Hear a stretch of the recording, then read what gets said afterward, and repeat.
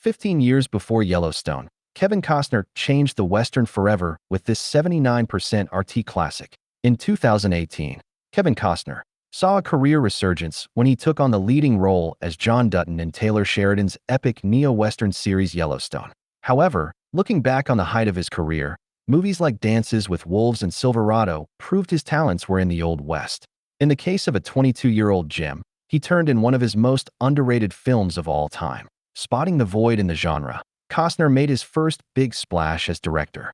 In 1990's Dances with Wolves, playing the role of a disaffected cavalry officer who becomes one with nature in the West, befriending a Native American tribe, he earned an incredible $424 million at the box office against a small $22 million budget. Based on this phenomenal success, it makes sense that he'd feel confident about his future in the genre, and he soon followed up with his take on Wyatt Earp. Unfortunately, forced to compete with Kurt Russell and Val Kilmer's Tombstone, his movie slipped into obscurity. Despite this box office flop, he remained resolute in his goal of becoming the new champion of the West, and his overlooked 2003 gem proved he understood the genre.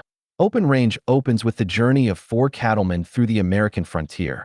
The group is led by Boss Spearman and his friend, Charlie Waite, and is accompanied by the young Button and Mose. Driving cattle through the plains of Montana, they stop outside the small town of Harmonville, where they set up camp to rest, gather supplies, and allow their herd to graze.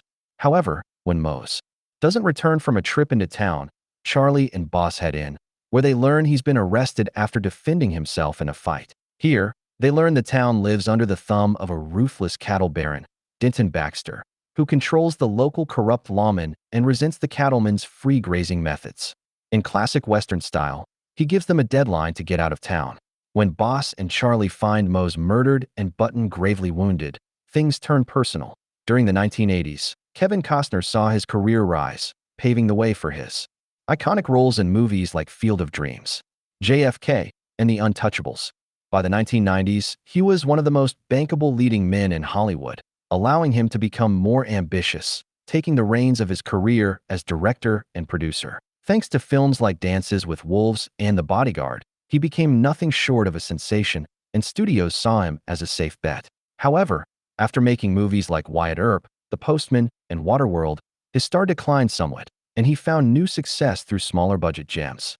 In 2003, he starred in and directed one of the greatest westerns of the 2000s in 1985. Kevin Costner made his official entry into the Western genre when he starred as Jake in Lawrence Kasdan's team-up adventure Western Silverado. One big love letter to old-school masterpieces like Shane and the Magnificent Seven, it proved the star perfect for the West from the outset. At the same time, the genre's last icon, Clint Eastwood, had been largely absent for a decade, focusing his career on thrillers, comedies, and modern action. Licks instead.